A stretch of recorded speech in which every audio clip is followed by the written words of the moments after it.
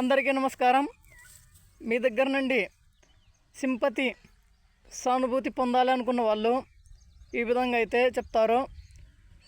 చూడండి, ఎండలకని వానలకు తడిసి అలాగే ఈ ఎండలకు చెమట కారినట్టుగా, అలాగే ఇంకా వానలకు తడిసి ఇక చలికాలంలో చలికి అన్నిటికి కూడా తట్టుకొని వ్యవసాయం చేస్తున్నాం అనేసి ఈ విధంగా చెప్తుంటారు. ఒకటి చెప్తాను, బాగా గుర్తుపెట్టుకోండి. వ్యవసాయం కంటే కూడా ఇతర పనులు చాలా కష్టమైనవి అయితే ఉంటాయి, ఒప్పుకోవాల్సిందే. కాకపోతే ఈ వ్యవసాయం అనేది ఒక ఉపాధి ఇచ్చే దారి అన్నమాట. వ్యవసాయం కష్టమైన నష్టమైన తట్టుకొని నిలబడాలన్నమాట వ్యవసాయం చేసేవాళ్ళు. అంటే ఎవరతను రైతు, ఓకేనా? ఈ విధంగా, అంతేగాని ఈ విధంగా సింపతులు సానుభూతులు పొందితే ఏం రాదు. ఇక్కడ ధైర్యంగా తట్టుకొని నిలబడాలి.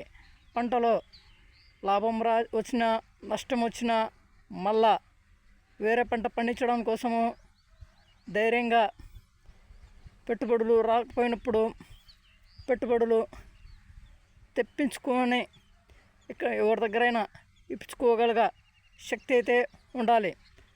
ఇలాంటి వాళ్ళే వ్యవసాయంలో అయితే ఉండాలి. ఈ విధంగా ఊరికే సింపతులు సానుభూతులు పొందితే ఏం రాదు ఇక్కడ, ఓకేనా?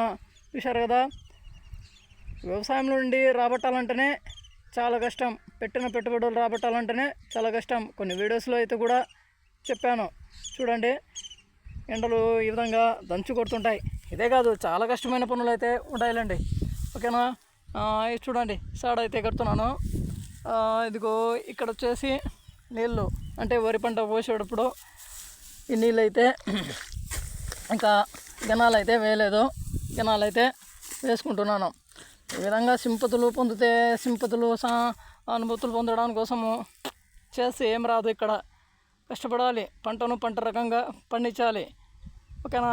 నేను ఈ వరి పంటలో నాకు ఎంతవరకు దిగుబడి వచ్చిందో మొత్తము ఒక వీడియోలో తెలియజేయలేదు, వీడియో అయితే చేయలేదు, చేస్తాను తప్పకుండా. ఇక లాభము నష్టం అనేది చూడను, చేస్తూనే ఉంటాను వ్యవసాయం, ఓకేనా? ఈ విధంగా చెమట చూపించేసి ఈ విధంగా ఇవన్నీ ఎందుకు స్వామి. ఓకే అండి, బాయ్. ఇంకా పనులు అయితే చేసుకోవాలి.